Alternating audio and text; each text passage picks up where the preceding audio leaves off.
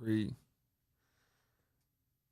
believe we're good. We are good to go. All right, producer show. It is Wednesday, March 19th? 19th, yes. Happy St. Joseph's Day. Happy St. Joseph's Day. I found out that was a thing yesterday. I don't know if you... Do you just know every day that's out there? No. If it doesn't have like a gimmicky, like an amber thing, do you just know what the day is or no? How'd you find this out? I saw it like on a sign somewhere. It was like, we're having some sort of... They had like this place was like, oh, we have special this for St. Joseph's Day. For St. Joseph's Day? Okay. And I looked it up. I go, what the fuck is St. Joseph's Day? I mean, I've heard of St. Patrick's Day before. Right. And what was St. Joseph's Day when you looked it up? It's like some Polish feast or something nice. They have that's that nice. they celebrate, which is weird because I'm Polish. Seems like a jealous move to just do something immediate. What's that noise?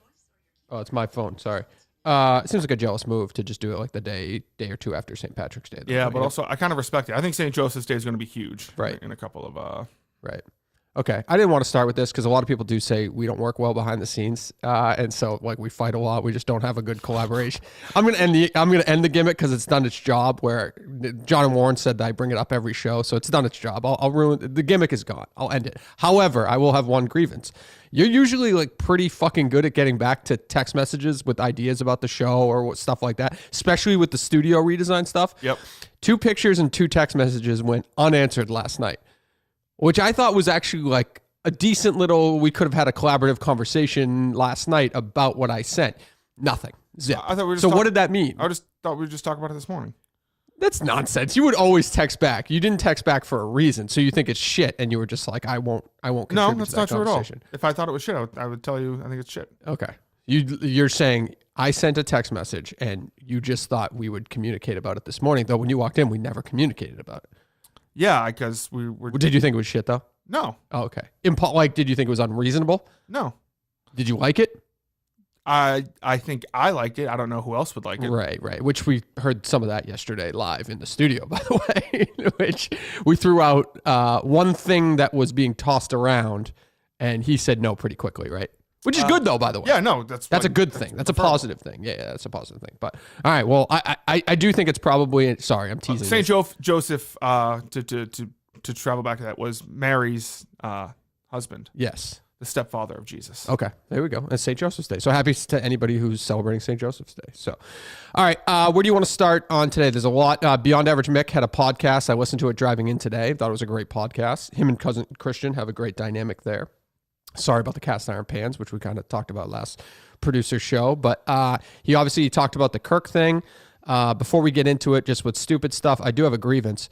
He said that the manliest or most masculine thing he does, is it iced black coffee? Did he say iced black coffee or regular black coffee? Are we talking about Christian or Mick? Mick. You didn't hear that part? No, yeah, he said he's a coffee drinker now, Mick. He's been doing it for 2 months. 2 months. Gets it from Cumbies or something. The most masculine thing that like I've ever seen is the small hot regular. That's what I think is the most masculine coffee order. That's like a construction guy's order, in my opinion. I guess I don't. You don't drink coffee or think about this stuff? I don't drink coffee, or I don't judge people based upon what they do or don't drink. Okay, coffee. So. I do. So does that make me a bad person or something? A little bit. And by the way, like drinking black coffee, that's not masculine. I'm just saying I think the small hot regular is number 1 on the list, and the black move by Mick might be number 2. That's what Bubba gets. Bubba gets small hot regular? No, he gets black. Really? Yeah. Okay. I think Mick said he did ice, which I don't know if I've ever heard anyone who drinks black coffee, like black coffee iced. I don't know if I've ever heard about it. All right. So you want to play the audio of him addressing, because this is the first time we've heard from him. We've seen some tweets and stuff like that, but this is the first time we've heard from Mick. Weekend was great, though, for the most part. My status with KMS is, I guess, kind of right now, there is no. I'm not going to be going on there right now. A little fed up with things. That being said, such as, I don't really want to go too deep into it. I really don't. Like I'm just pissed off at the way I've been treated. Mm-hmm. I'm pissed off at the fact that I've been a good soldier for a long time, and I feel like it just is never ever. I don't need it acknowledged, but you got to take care of the right people, and I feel like I've never been taken care of there. And at some point, I feel a little exploited. Maybe that's my own issue, but I guess that's just as deep as I want to go into like the problems I have with. Because for the most part in Laconia, it was a great weekend. So can I defend my boss here? Yeah, sure.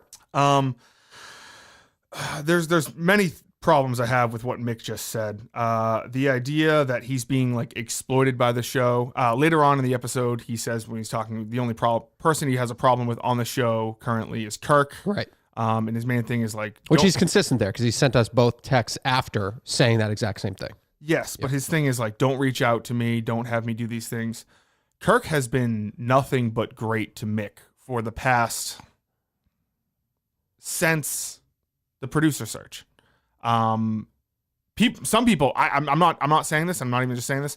Some people think like that Kirk was taking it too. Yeah. Well, it has been like too nice to Kirk in these things. So the idea that Mick Kirk has addressed, and he's literally said, I see some of myself in Mick and some of the stuff that Mick has displayed on the show. But the idea that like Kirk has been exploiting Mick for 2 years, whenever Mick goes away, which is quite often, he quits the show, says he's never coming on. Kirk has never tried to rush Mick back, never tried to push him. What has he always said? He's like, Mick doesn't want to do the show. That's fine. Yep. We'll be here when he wants to. He's always welcome. Kirk's never the one who reaches out first and says, hey, come back, do this. It's always been like, Mick, take your time. Right. Do your thing. Kirk has been nothing but great to Mick. And the idea where in that clip where Mick says, well, I don't need to be like told this, but you know, I got to be taken care of. Well, it sounds like you do want to be told. It sounds like you do want to be brought up and like pushed in a good light, which Kirk has done many times. He's always thanked Mick for whenever he's come on the show. He's people forget Mick was offered a full-time job with the show. Right. Is it twice? Twice, baby? I don't know. I guess it wasn't at the salary Mick wanted or thought it was good, and maybe that's what he's talking about. Yep. But that's just like the state of where not only the show is, I would say more about the what am I thinking of? The like this job in general, like not just at Barstool, not just here, like your first full-time job you're not going to be making Kirk Minifan money when he's, you know, #1 rating. Like you got to get your foot in the door. Right. Kirk has been nothing but great to Mick. It actually like upset me listening to this because Kirk has been such a Mick guy, and maybe it's just like Mick said, it's his problem that he's not seeing this. Right. But it's definitely not a Kirk problem with this. And like, I understand, like, we could have been better with giving him stuff to Laconia. That's a fact. That's a fact. But that also feels like very minor to me. Like this must have been brewing within him pre Laconia. This isn't just about this isn't just about no tickets or whatever, which you even said you told the people because he was here that day that they could have a ticket. I would assume like any of those guys, if they showed up, they would have had tickets. We just should have been more prepared to go to every single one of them in advance, well in advance, and be like, by the way, you have 2 tickets. Bring a friend. You know what I'm saying? Like we should do that. You know what I mean? Like Mutt knows he has that. Yes, but the reason we like why we don't do that with other people who are, or at least run that by Kirk.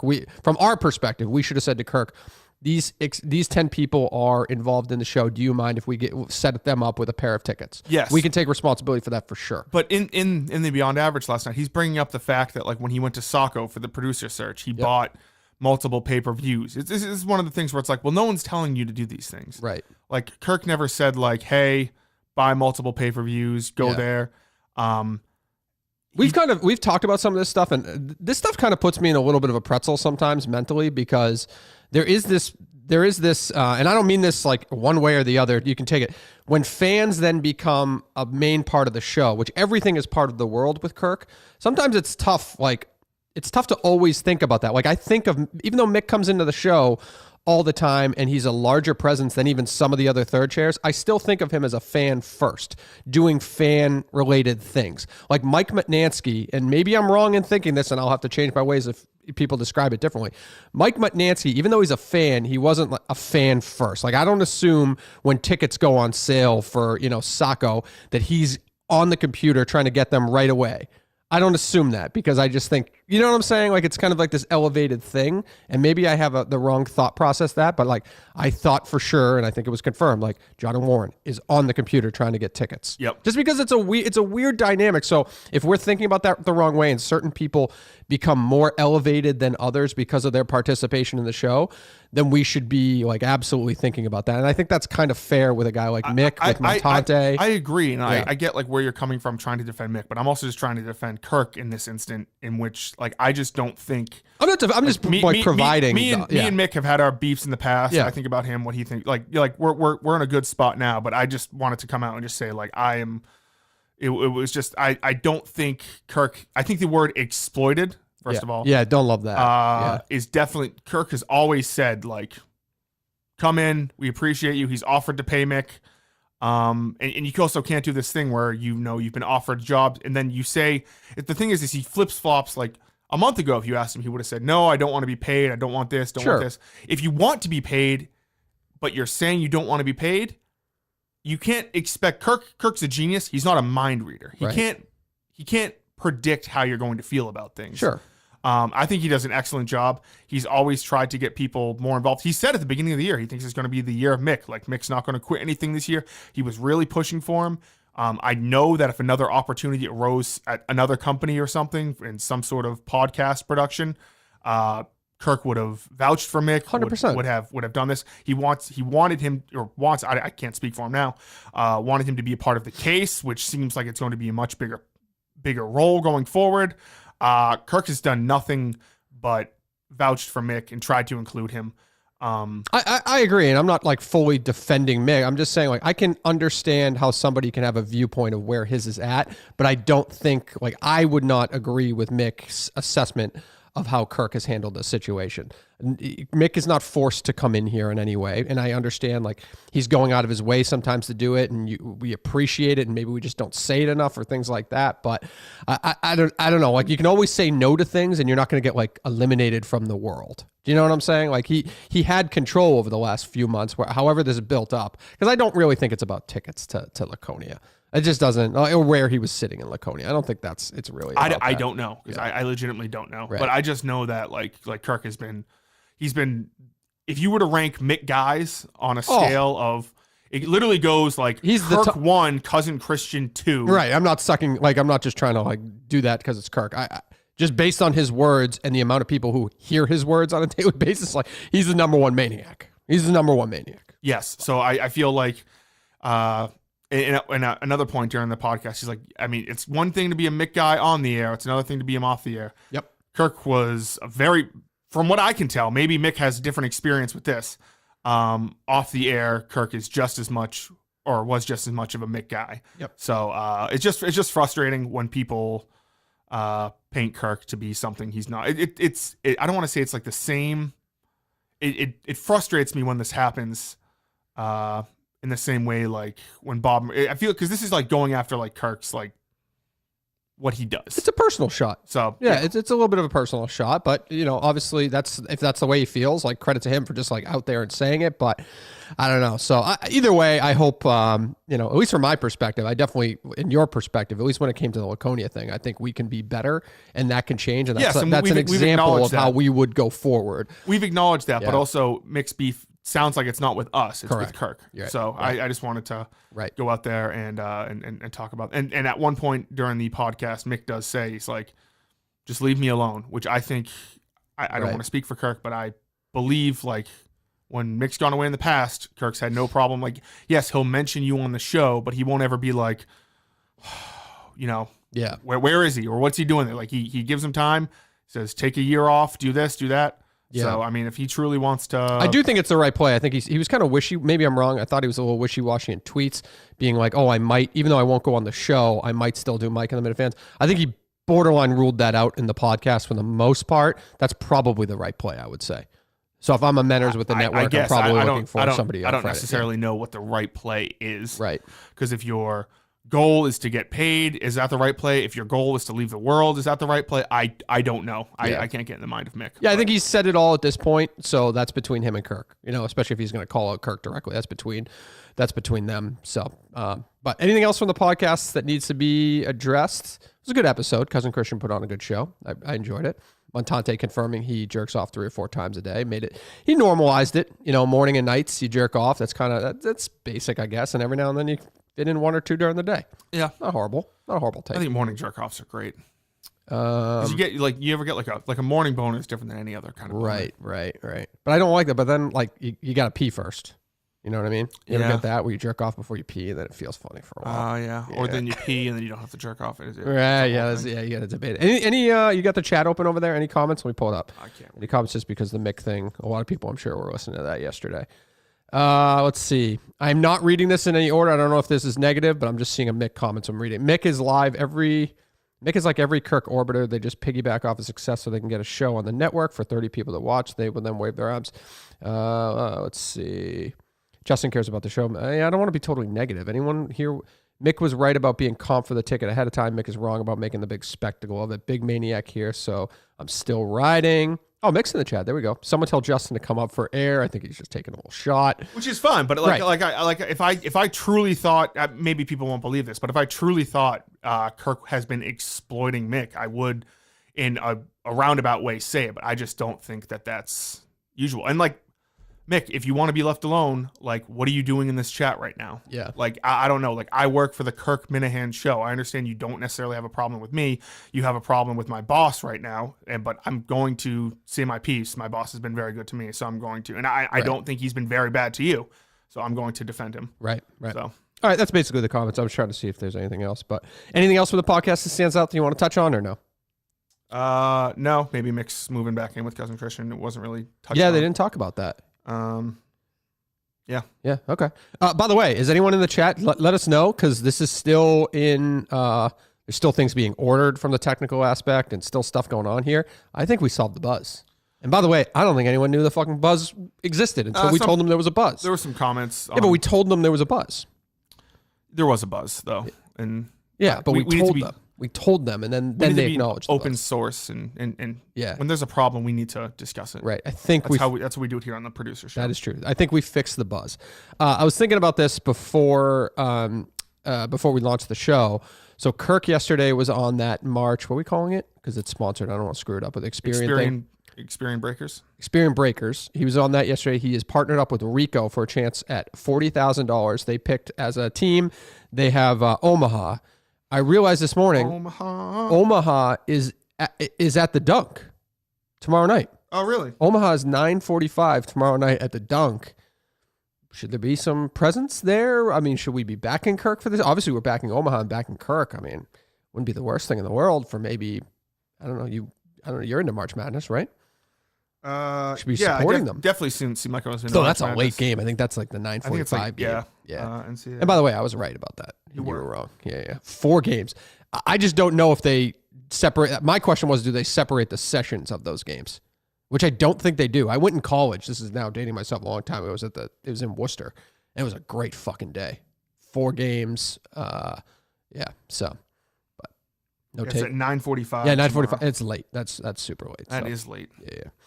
All right, let's see here. I'm trying to think of, by the way, Brando's show the other night, we talked about it with Clemmer, was great. We're going to address that again. Brando coming into the producer show on Friday. That's not breaking news as he announced it. He did announce it. But Friday confirmed. So we don't know, 10 or 11, I think is the timeline for the producer show on Friday. But Brando will be here. He and on Clemmer, and Clemmer and Kane address their kind of back and forth, and he takes on that. Clemmer was just basically saying, "I'm walking in. People are walking in with, whether it be a friend or a wife or whatever." Yeah, I want to say I want to take Clemmer's side on this. Yep. So, for people that don't know, Kane was doing a pre-show on some network before Laconia, where he was going up to people asking like, "Oh, what are your thoughts? Are you excited?" Blah blah blah, and Clemmer didn't like that he had a camera in his face. He's like, "What are you doing?" And I get where Kane was coming from, where when Clemmer does think he's in the right, he does get this very better than there's an attitude. There's an arrogance, but also comes off that way. Yeah. But I necessarily don't think it's like a bad. I think that's just who Clemmer is. Like when he gets that way, that's just who he is. Well, I just think he's like fighting and that's just how it like comes across sometimes, but he doesn't know that. I will say this, like I was one of the biggest people that was like, even though I knew he was good to me and a good person, when he talked down to you, I was like, that changed my viewpoint on him as an individual. I fucking hated it. I fucking hated that. I will say this, after he kind of got his shit on the show about that, I never heard him really talk to a person the way he did that to you ever again. Yeah, so I feel like he's fucking acknowledged that, learned from that, whatever. Doesn't talk to anybody like that. Yeah, like I think when Kane was going, so Kane was saying pretty much Clemmer was blowing him off because he's big Mr. Barstool and he looks down upon like the network contributors. Which is and bullshit. Things like Yeah, that. it's bullshit. And I don't think that's true. I think Clemmer really does think of himself as like a Minifan first and will do anything for the show and loves going on these different shows and these Minifan. Like you could ask him to go on anything and he'd go on it. Right. The only time he won't be able to do it is from 3 to 5 o'clock Monday, Wednesday, Friday. That's correct. He's GM and a team. But it's also good. Like it's funny how we kind of made fun of that in the past, but now that he's there at Barstool, he can kind of bring some of the tidbits that goes on behind the scenes. Like I actually like that tidbit that like Dave was sitting somewhere and showed somebody the phone and was like, we'll get Ted Sellers with Ilya. Like that's just good like nugget that we wouldn't have been able to get elsewhere. So yeah, I don't know. I'm Team Clemmer on this one. I don't think the Kane thing was as dramatic. I think if I walked in with a friend, I probably wouldn't care. I guess if I walked in with my wife, I'd be pissed off. Probably, Clemmer's main thing was like you're going up to people, who are bringing their wives or girlfriends or people who aren't in the world, and next thing you know, you're showing them on camera. Right. And then Brando, not to get like too deep into the Brando show, Brando was talking about how he always asked to go on camera before he would put the phone in your face. Yep. So I'm not exactly sure, but it seems like they had a little falling out. But then afterwards, after Kane left, Clemmer was like, "Oh, I like Kane. I mean, Kane's like an endearing asshole. Like he is what he is. He's going to be weird. He's going to be creepy, but that's just who he is." Right. Both of those individuals, Brando and Clemmer, very complimentary of the producer show, which I appreciate. Don't you? Yeah, definitely. Because we work well together. A lot of people say we don't, but let's see here. You're the one that keeps saying this. Now I'm thinking, dude. I know. It's just like I'm trying to. Maybe I'm using like little jokey crutches instead of saying spot. That's what I'm trying to do. You take these criticisms very not seriously, like dumb criticisms. I'm trying to be very mindful. Like I think to this day, like I don't care about criticisms of shit I say or anything but the like thing that gets you riled up like the most is calling that guy AI. Oh, that's John. You and I both fucking know that Keith is not AI. However, there was a thread the other day that made me acknowledge you don't know anything anymore. So there is a chance that you don't know anything anymore about what people use as services or this and that. Like I could have hired Keith. I know I was speaking to an individual, but what if Keith uses AI? Do you get what I'm saying? Like I went direct. Yes. I went direct to Keith. Now, by the way, I just got the motherfucker from Fiverr. Let's not act like I don't know who Keith is. I don't have him. Like he didn't come over for dinner. I think I mentioned on the show, like he's a friend. I think I just said it that way. He's not a friend of mine. I just found him on Fiverr. He had a good voice, but there is the chance he has never, like in his profile, he doesn't say that like I use AI for my voice. So I'm assuming it's his voice because I heard enough of his stuff. So he's not AI, John. Like you can stop that little gimmick. It's just no way. Okay. All right. Whatever. Got we settled the Keith controversy. I'll always settle that Keith controversy. I'll bring it up every time if I have to. Let's see here. Do you want to talk about the Steve rally? We could play some of that sound. Great. Just seeing Steve in those situations is always fun to me. When I was planning on going to the girl first rally, yes, I was like, well, I better hope the editor-in-chief of the Main Wire, Steve Robinson, is very vocal on this issue. So I think that's a great invite. I just like to see Steve just in situations like that where he has the crowd in the palm of his fucking hands. It's great to watch. So yeah, Kirk retweeted this. It's Big Steve of the Main Wire speaks up, like protecting women at the girl first rally. Yes. Thank you very much. It's great to see a good crowd out here tonight. And thank you, first and foremost, thank you to the Maine State Police, the Capitol Police, for protecting us from the overwhelming crowd of demonstrators. Hurricane Baldacci! To defend Maine's policy of forcing women to compete against biological males. I'm going to hand the mic over to someone who has a better perspective than me on this in a minute, but just to speak objectively about what we've seen over the last 6 years, a slide into crazy town. We've got policies in this state that require therapists to push patients. Like, how do you not laugh at this? It's so great. And make it illegal to do otherwise. But every single We've got person there is policies like in this state dialed that into what allow he's 16 saying. and 17-year-olds to get sex change hormones without their parents' knowledge or consent. We've seen.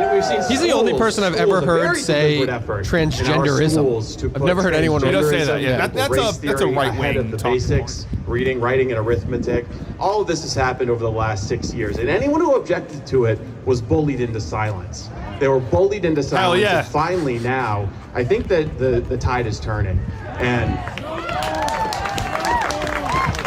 there was a moment when Representative Laurel Libby posted the pole vaulting image seen around the world at this point, everyone's seen that where pole she vaulting. was the Speaker of the House, Ryan Fecto, was trying to bully her. into boo. Fecto is such a fucking asshole. I hate Fecto.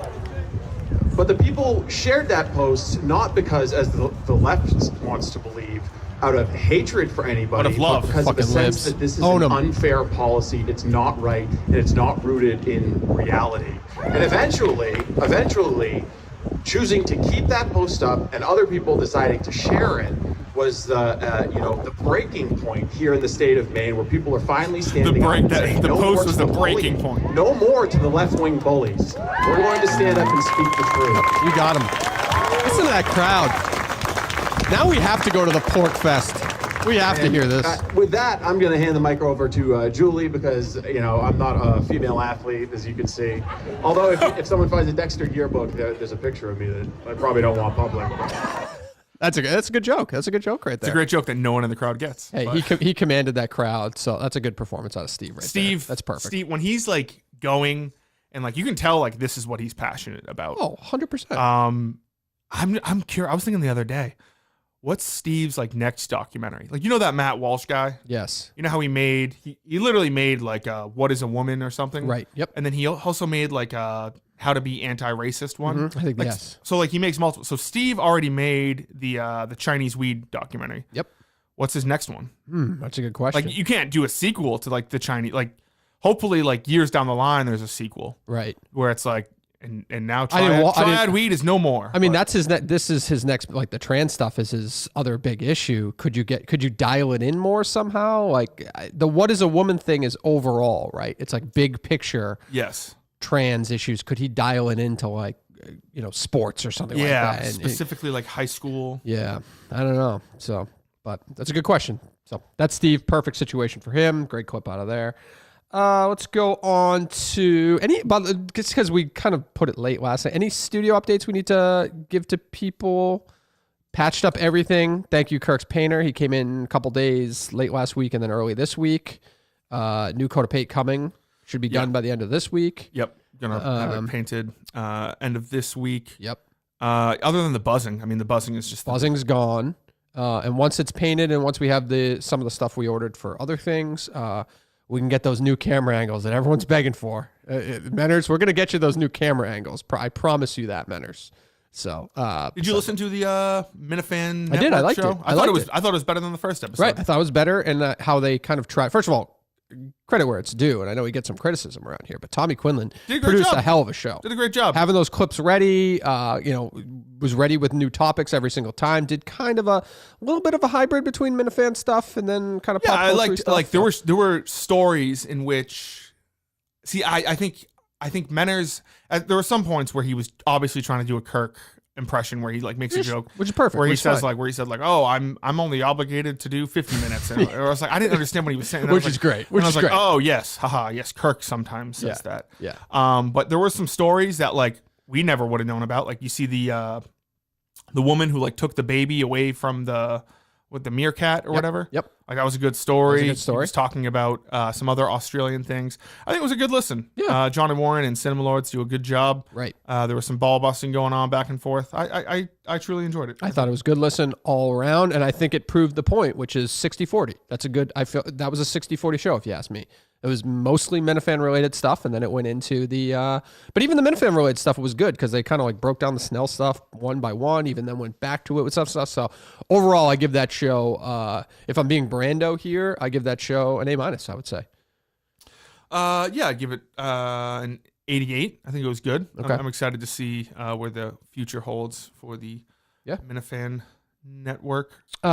Speaking of network-related things, Duck's had some great best ofs going. I think he's got a new one coming out soon, right? Yes, it's the K. Marco Yep. saga. Yep. So that's going to be tonight. Yep. And also shout out Fax the other day Right. for his This Day in KMS. Right. People were loving that, I think. Yeah, people liked it. Yeah. So I think it's a good thing. He's going to come out with, I think, a couple a week. Right. So that's Fax is on this day. I couldn't agree with Kirk more about one of his tweets yesterday. That Happy Gilmore trailer looks god fucking awful. Now, granted, it's Happy Gilmore 2 30 years later or whatever, and we don't expect that to be a good movie. It just looks like I just don't look at Adam's. Not that I should ever critique people, but I don't look at Adam Sandler as like an actor. That just looked at like him doing his normal stuff. Like it just, I don't know, it just didn't hit for me whatsoever. I just missed like the Adam Sandler like huge wave. Yeah, Because that was like what, late 90s, early 2000s. Yeah, I forget the years. I hit it perfectly. Yeah, no, I was too young, so I really didn't see like. I think maybe like one of the first movies I saw of him in theaters was like Grown Ups. Oh really? Oh yeah, like, that's I saw Happy Gilmore, but I never like talked about it with my friends or anything like that. It was never like a huge like, I don't know. That was part of the. I think I brought it up a couple weeks ago. That was part of the early DVD collection. Like when the DVD player started coming out, and it was that's part. I think Big Daddy was included in my Me, Myself, and Irene discussion. You would buy, unless people tell me I'm wrong, I think you would get a DVD player from somewhere. Let's say you went to Walmart and got one, and some of those players you would get like 4 DVDs for free that came with it, and you could pick them. And I'm pretty sure Me, Myself, and Irene, Big Daddy were my selections. Yeah, he had a run for a while. That was just perfect. Yeah, I have a soft spot for Adam Sandler, though. I'm annoyed by him now because I just don't like most of his movies, except the rewatchable one, like on a Saturday afternoon if it comes on, that one with Jennifer Aniston and Blake Lively. Or not Blake Lively. Who's that? Million with Jennifer Aniston? Like yeah, 50 First Dates? Dates? Who's the one with the tennis player's wife? She was like a model. I don't know, tennis player's wife. Blended's actually not bad either, so I guess I don't hate some of his like. You liked Uncut Gems, right? I did like Uncut Gems, but I don't like consider that with Adam Sandler.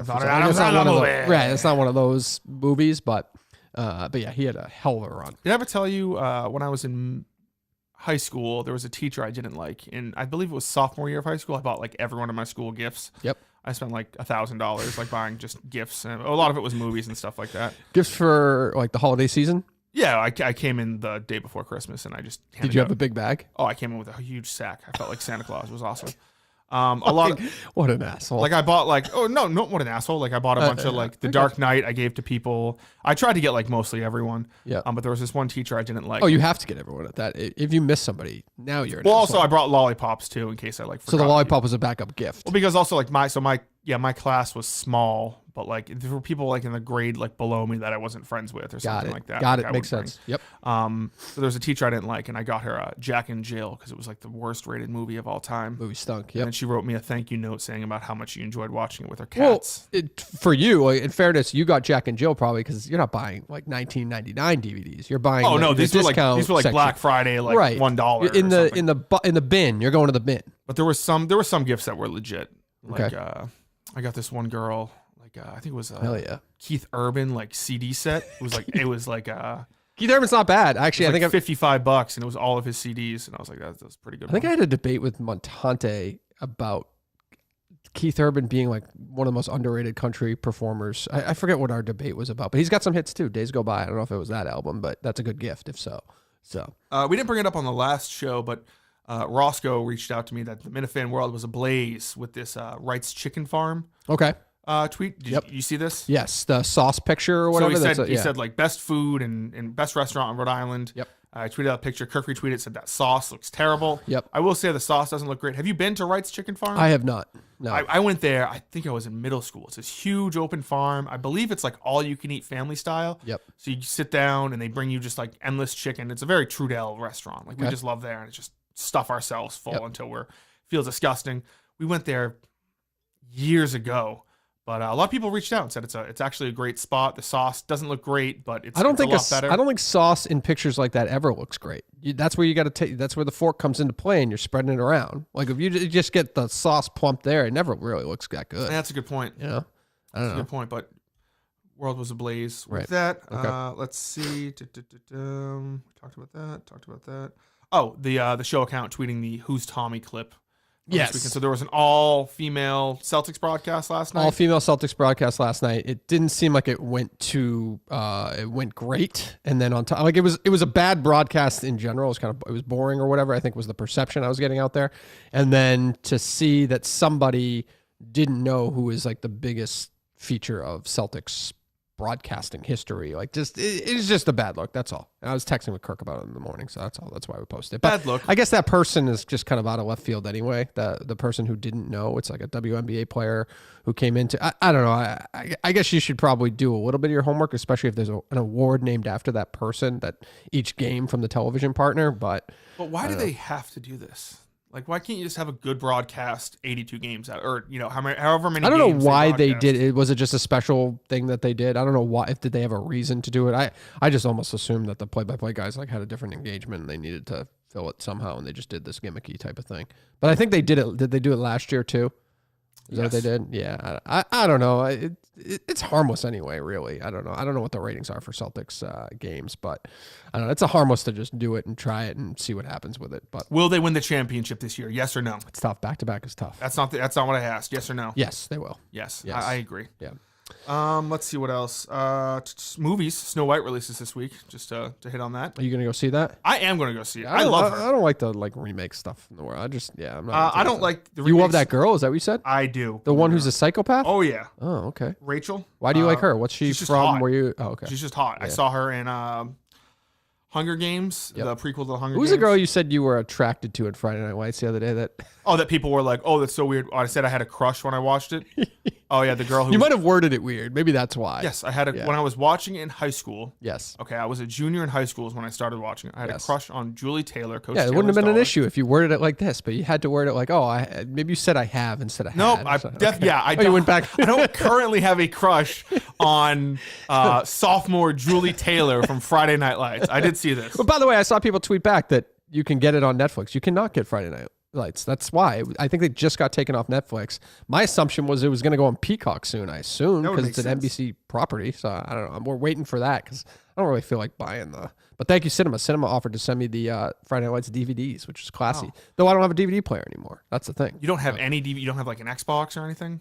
I do have an Xbox. I don't even. Did the Xbox have Xbox? Does it have the slot for games anymore? I didn't even realize that. It depends on if you have it must if the it's black huge. or the white one. It must if it's huge like that, right? I have the white one, I think. I think yours. I think you have the digital only. Yeah. Okay. Yeah, I was confused by that world because I can let you borrow my PlayStation 2 if you would like. Yeah, I don't need that. The DVDs just seem so. I don't want to deal with that. There is something nice to owning a physical copy. Well, I said this to. Like you can't take this from me. I think I said it to my wife. No, she didn't give a fuck. I liked buying the Nintendo Switches for the kids because you can still buy the game. Because I haven't done that in I haven't put like an actual video game into a system in probably, I don't know, 15, 20 years. I have fucking no idea. It's a long time. Yeah, it's been a long time. So I like putting it, even though you can still download it, I like putting it actually in, even though it's a fucking SD card now, which is stupid. But it is. I will say too, a lot of people about Julie Taylor. Yep. People say like she was actually a bitch and she treated Saracen poorly, but I was blinded by the attractiveness of her when I was in high school. So maybe looking back now where I'm not attracted to her because I'm a 28-year-old man. Yep. I'll be more like, fuck this girl. Okay. I can't contribute to the conversation until I see the show. And once I see the show, I'll contribute to it. I don't know if we'll have a producer show by then, but I'll contribute then. I'm glad. Yeah. Let's see if there's anything else. Yeah, I'll see Snow White. I think Rachel Ziegler's hot. Yep. I think that's pretty much it. We don't need to comment on Tracy Morgan. I don't believe the food poisoning thing. I don't know. It's just kind of, I don't know. What do you mean you don't believe? You think it's a conspiracy? Not that I don't know. Just you was like poor. You think it was a hit? If you felt like it just came on, right? I guess maybe I do. It just came on as soon as he sat down there and he just couldn't control it. I guess this probably happens all the time. People throwing up in the stands. Just because I mean, you don't see videos like that all the time. Yes, you do. People like throwing up in stands throwing and stuff. Up courtside right there. Yeah, courtside's different. Yeah, I guess you're right. It probably was. What you thought he was like shit faced? I don't know. I figured maybe or something, or I don't. Yeah, maybe he was drunk, or he's kind of a space shot still, right? He's all over the place. So I don't know. It's just I kind of I guess I haven't had food poisoning in a long time. I always thought you could kind of feel it coming, control yourself, and get your ass to the bathroom. But I think that's the opposite. I feel like with food poisoning, it's like you feel it coming, and next thing you know, have no control. It's so quick. You're shitting your pants or you're throwing it up. I haven't had food poisoning in a long time, so I'm happy about that. I guess. Okay. Yeah. We should test this theory.